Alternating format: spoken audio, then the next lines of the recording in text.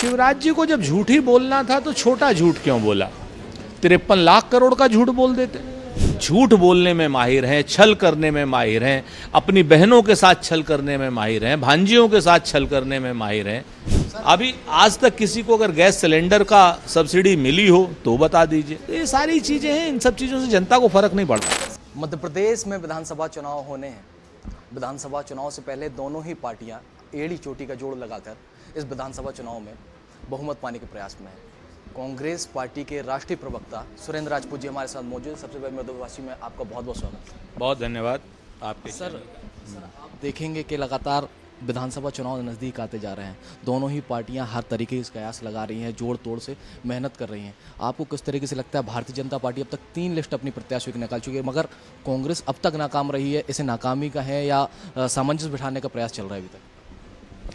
देखिए, एक बड़ा पुराना सा शेर था ना कि दोनों ही पक्ष आए हैं तैयारियों के साथ, हम गर्दनों के साथ हैं, वो आरियों के साथ, अपने अपने काम हैं।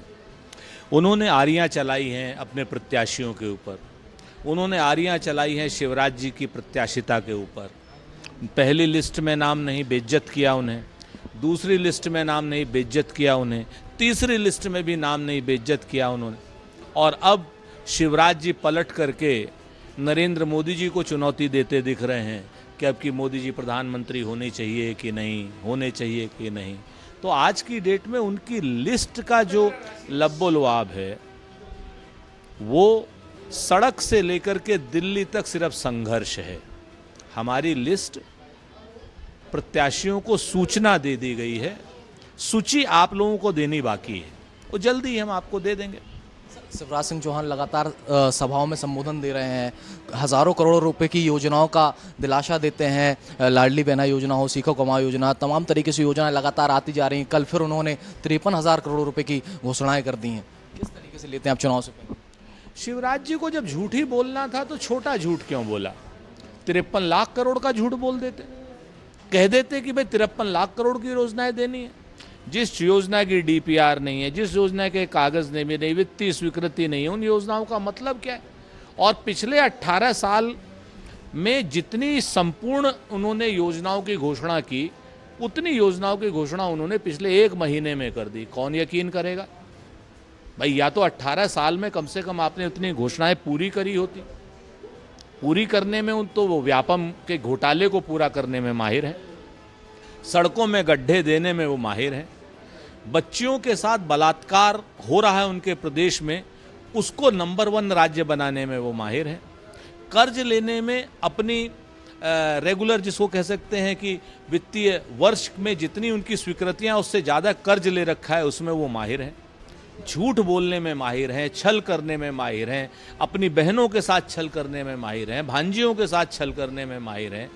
भांजियों के बेसिक स्कूलों में टॉयलेट दे नहीं रहे हैं और कह रहे हैं मेरी भांजियां हैं। इन सारी चीज़ों में झूठ बोलने में शिवराज जी माहिर है। घोषणाएं उन्होंने पूरी की तो कौन सी की? आज की डेट में लाडली बहन को आप देख लीजिए, 2-2 बार फार्म भरवा रहे हैं, फार्म भरवाने में पैसा लिया जा रहा है।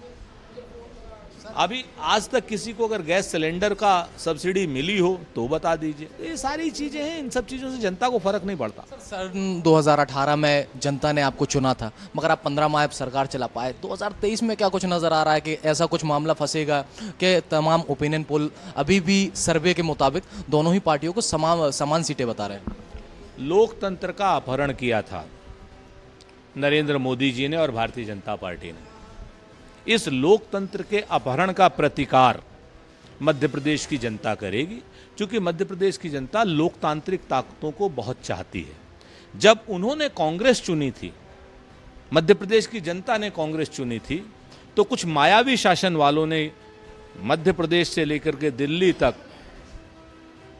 जिस तरीके से लोकतंत्र का अपहरण किया, हमारे यहाँ के कुछ गद्दार वहाँ पर गए, सिंधिया जैसे गद्दार वहाँ पर गए, तो उससे मध्य प्रदेश की जनता में बहुत नाराजगी है। जनता ने मन बना लिया है इस बार कि कांग्रेस की सरकार को संपूर्ण 3/4 बहुमत देगी।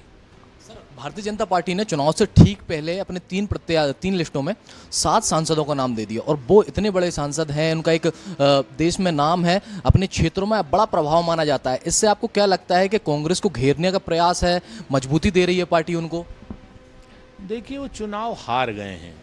हताशा में, निराशा में अपने केंद्रीय मंत्रियों को, एमपीज़ को, अपने राष्ट्रीय महासचिव को, जिनमें से कोई भी चुनाव नहीं लड़ना चाहता, उन सबको उन्होंने टिकट दिया है। अब उनके पास प्रत्याशियों का अकाल पड़ गया है, प्रत्याशी नहीं मिल रहे हैं। आखिर में तो हमें लगता है कि मोदी जी को दुर्गावती रेलवे स्टेशन जो ये भोपाल में बना रहे थे वहाँ से, और अमित शाह जी को भोपाल में किसी और जगह से चुनाव लड़ना पड़ेगा। प्रत्याशी इनके पास नहीं है। भारतीय जनता पार्टी एक हताश लोगों का समूह हो गया है। भारतीय जनता पार्टी के पास न नीति है, न नियम है, न नैतिकता है, न सिद्धांत है, और न ही लोकतंत्र के प्रति उनका कोई समर्पण का भाव है। ये जनता ने देख लिया है। ये लोकतंत्र के लुटेरों को जनता इस बार सबक सिखाएगी। एक बड़ा सवाल उठकर ये आता है कि जब मध्य प्रदेश में बजट आवंटित हुआ तो इतना बजट नहीं था जितना कर्जा होते जा रहा है।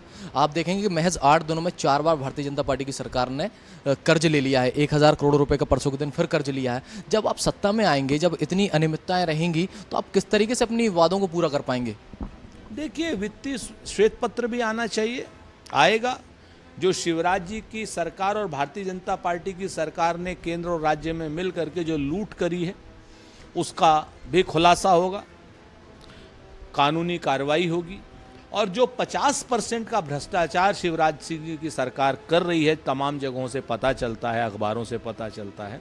अगर हम वो भ्रष्टाचार खत्म कर देंगे तो बट नेचुरल है कि प्रदेश के विकास में हम सर्वांगीण रूप से आगे बढ़ेंगे। जब सर आप राष्ट्रीय प्रवक्ता हैं, आप जब मध्य प्रदेश में आए, मैं आपके पर्सनल अनुभव की बात करूं, जब आप मध्य प्रदेश में आए तो आपको क्या कुछ नया देखने को मिला? किस तरीके की राजनीति के ढंग आपको दिखे?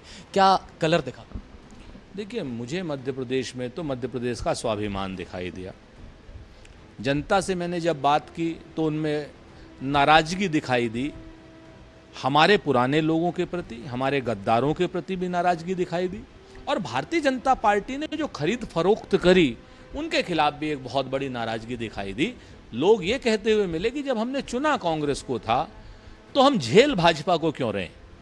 और इस बार उन दोनों लोगों को, हमारे यहाँ के गद्दारों को, सिंधिया जैसे गद्दारों को, और भारतीय जनता पार्टी जैसे लुटेरों को, वोट जिन्होंने लूटी है, लोकतंत्र जिन्होंने लूटा है, और जो पैसे से इस लोकतंत्र को खरीदना चाहते हैं, ऐसे व्यापारियों को सबक सिखाने का पूरा मन मध्य प्रदेश की जनता का है। मेरा आखिरी सवाल कि 2023 के विधानसभा चुनाव में कितनी सीटें कांग्रेस जीत रही है?